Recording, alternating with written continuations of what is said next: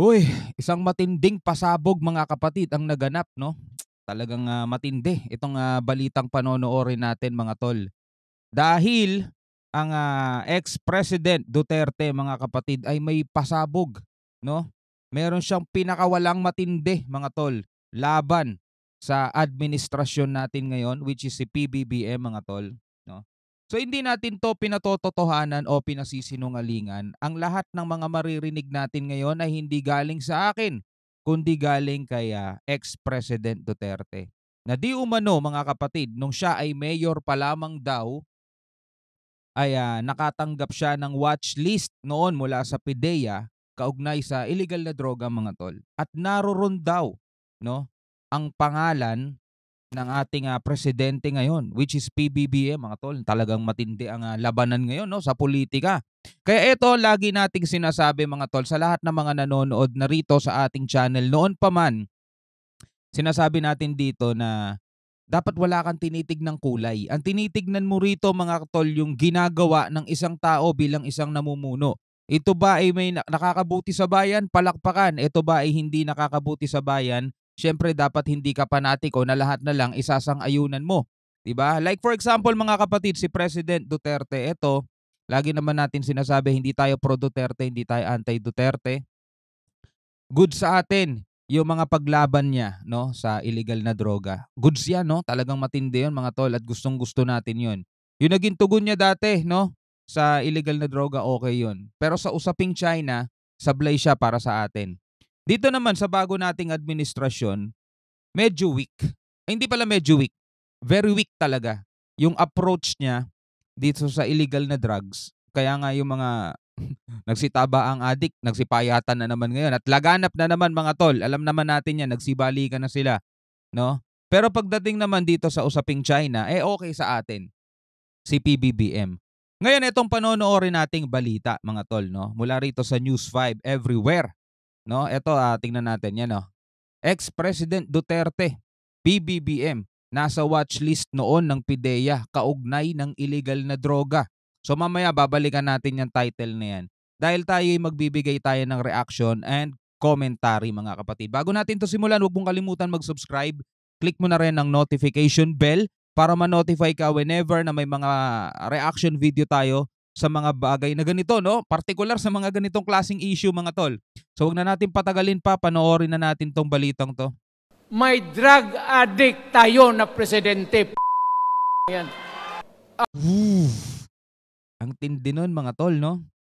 May drug addict tayo na presidente. Balikan natin yan mga tol, balikan natin mamaya yan. Ako, Mr. President, Ma'am Lisa Araneta Marcos, hindi ninyo ako kalaban. Wala akong sinasabi ng masama. Hindi lang ako makakampanya noon.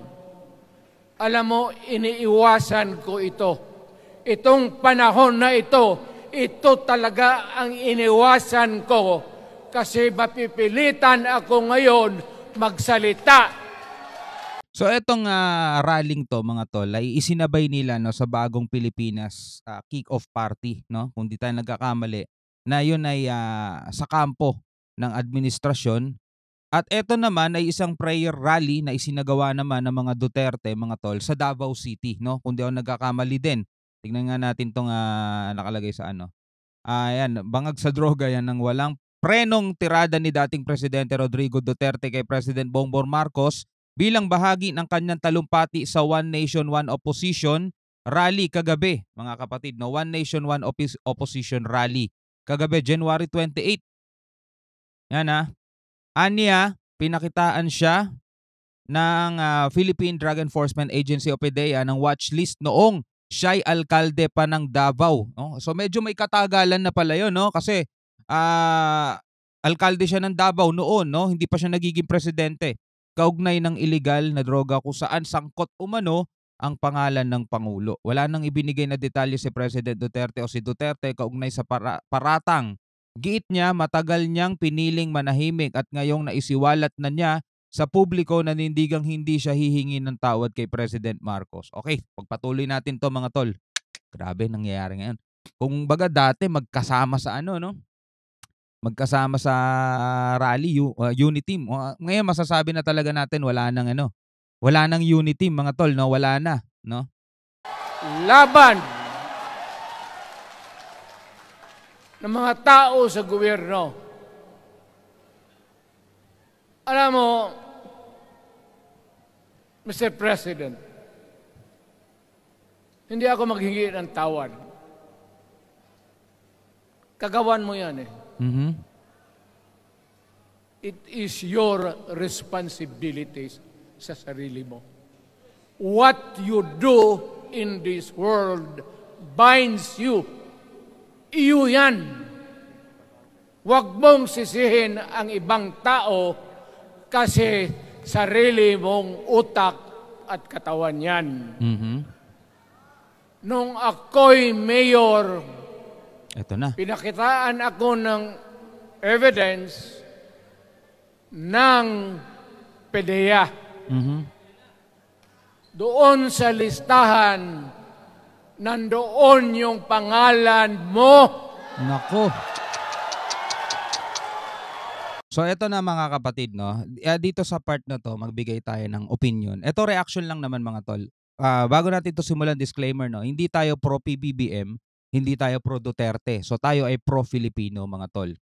So yung sinasabi rito ni President Duterte, nung siya ay mayor pa lamang daw, ay pinakitaan siya ng ebidensya ng PIDEA doon sa watch list, no, ng mga ng illegal na droga mga tol. At kasama daw doon mga tol ang pangalan ni PBBM o ni Bongbong Marcos Jr. mga tol.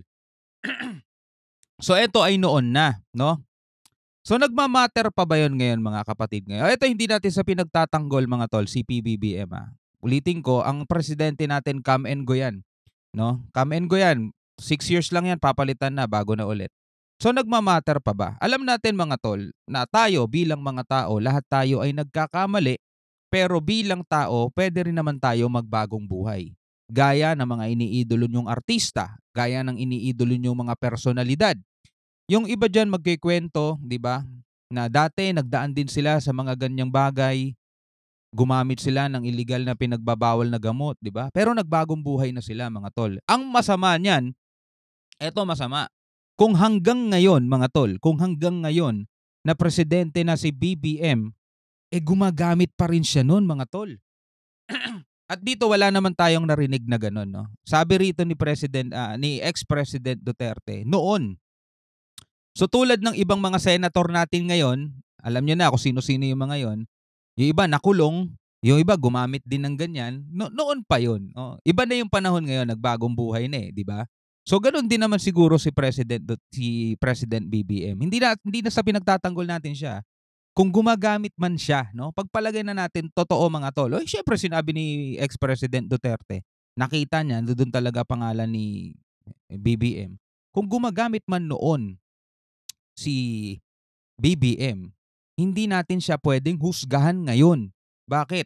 Kasi hindi naman natin sigurado kung magpahanggang ngayon addict pa rin siya. Kung nagbagong buhay na, di ba? Pwede mo pa rin bang husgahan mga tol? Isa pa, pareho lang din sila nagkasala Pareho lang din sila may kasalanan mga tol. Hindi natin sa pinagtatanggol si BBM mga tol. Kung si BBM, addict. Sabihin natin, addict. Si Duterte, ang sigaw niya, pumapatay siya. So pareho lang kasalanan sa Panginoong Diyos yun mga tol. Diba?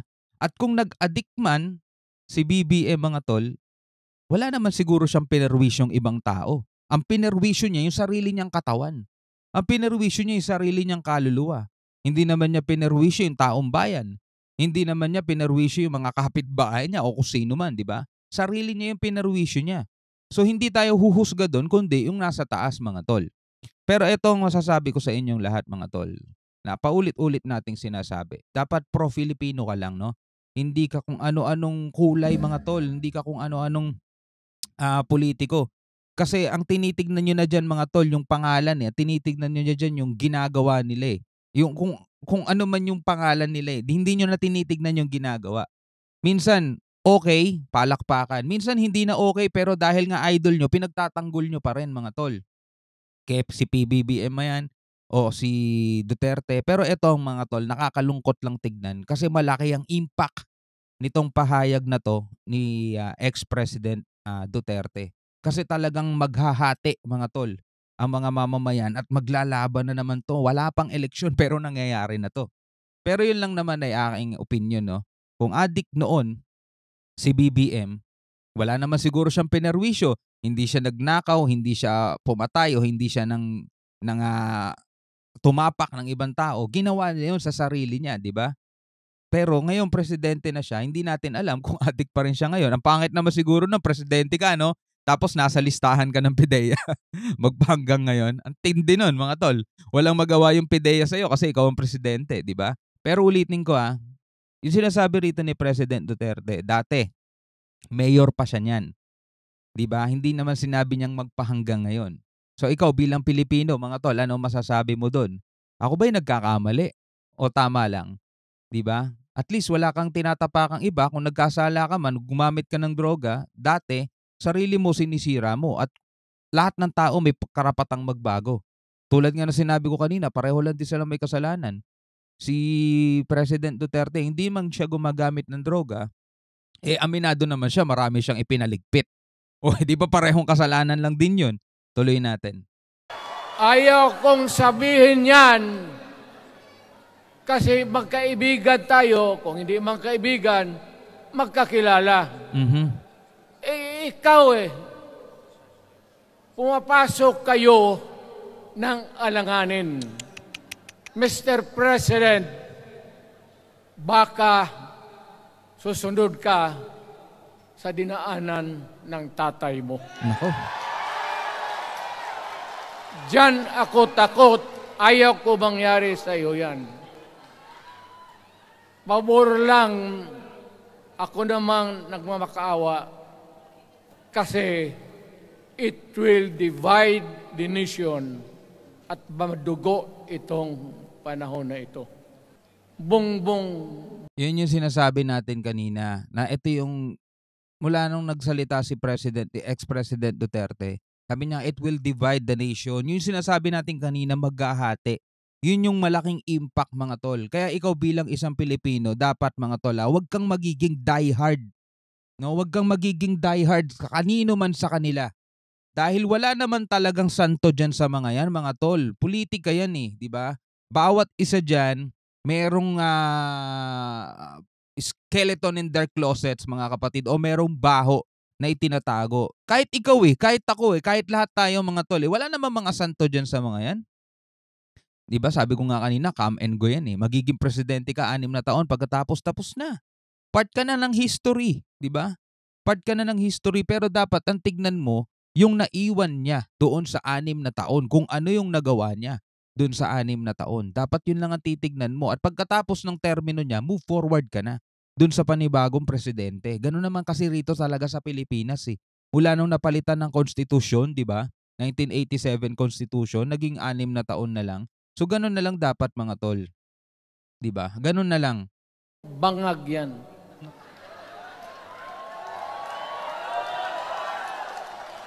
That's why sinasabi ko na sa inyo ngayon, si Bongbong Marcos bangag noon, ngayong presidente na bangag natin ang presidente. Kayong mga military, alam ninyo yan. Lalo na yung nasa Malacanang. Alam ninyo.